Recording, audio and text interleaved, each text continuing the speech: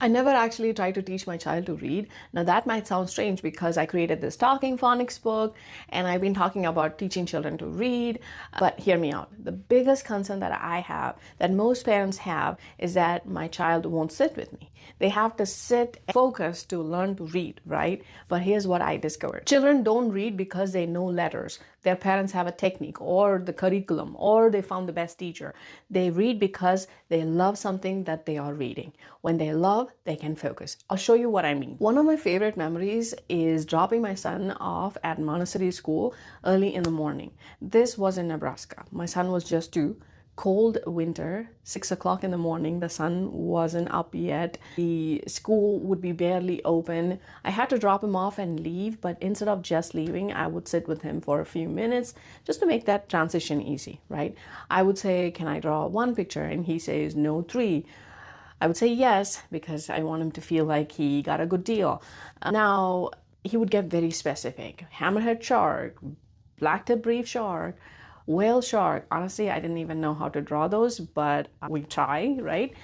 And he would watch me draw those sharks like I was doing something amazing. Then he would cut them out, take the piece of paper like it's a real pet shark, show it to friends, and play around. And I could leave with no drama. 15 minutes. He focused for 15 minutes because he loves sharks. Now, see how this progresses. We were at a birthday party. Now he's 3. He got crayons and paper as a party favor. Kids are running around, parents talking, lots of noise, lots of things happening, but he sat there drawing for about 30 minutes. I clearly remember this because one of the moms noticed and asked me, "Is he okay?" And I said, "Yeah, he's fine." She said, "He has been sitting there for 30 minutes. And I say that is normal for him. She was genuinely surprised. And I understood why, because we think of young children as people who can't focus. But it wasn't the crayons, it wasn't the paper. It was something that he loved, something that he cared about. A shark coloring book, right? 30 minutes. Okay, another memory is when he was 4. One day he filled pages after pages with shark drawing, and he spread all the pages across the floor and he started telling a story. This shark came here, this happened, animal showed up, and then something escaped. He kept going. My parents were watching and they were amazed. He couldn't really write a story, but he showed it, acted, and he spent almost an hour doing that. And I started noticing this wasn't just my child. I saw this pattern with other children too. So we know they can focus when they love something. Now the question is, how do we get them to read? How do we put words in those stories? So when I help a child, I look for things that they love. One child loved Spider-Man. This child that I was coaching, everything was Spider-Man in his world: clothes, backpack, lunch bag. So we drew Spider-Man day after day. And then one day I said, "Let's write Spider-Man." And his parent said, "Wait a second, he can't even read a 3-letter word. How can he write Spider-Man?"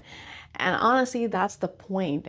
Schools have a structure because they have to cater 30 children, but we parents don't have to do that. Our job is to help them have fun learning to read. Spider-Man, because it is Spider-Man, he will allow me to add words to his story. Spider-Man jumps, shoots, runs, and his name, date. Maybe they won't spell it perfectly, but maybe they don't hear the full sound. Maybe it is just part of the word that they are writing. But the thing that we have to focus is they will allow us to enter their world and help them create words in their stories, and thereby they are reading and writing. I have another fascinating story. I was helping a child who was already in kindergarten. His teachers were concerned because his literacy score was low, and his mom was worried. It's like a baseline test that they did. Don't ask me why they have a test in kindergarten. They did, and his literacy score was low.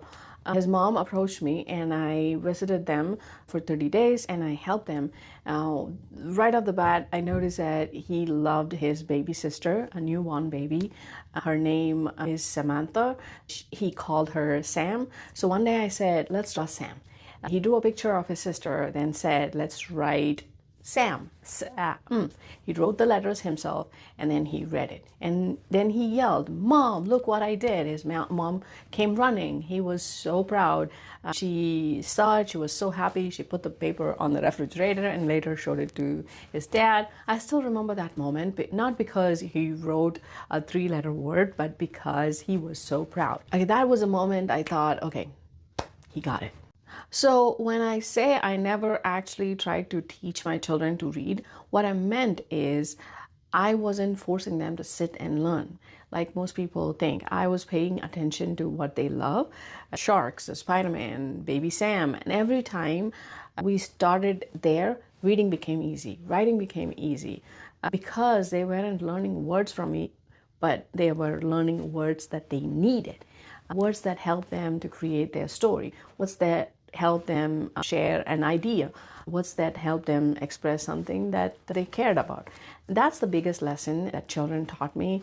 Interest comes first, learning follows.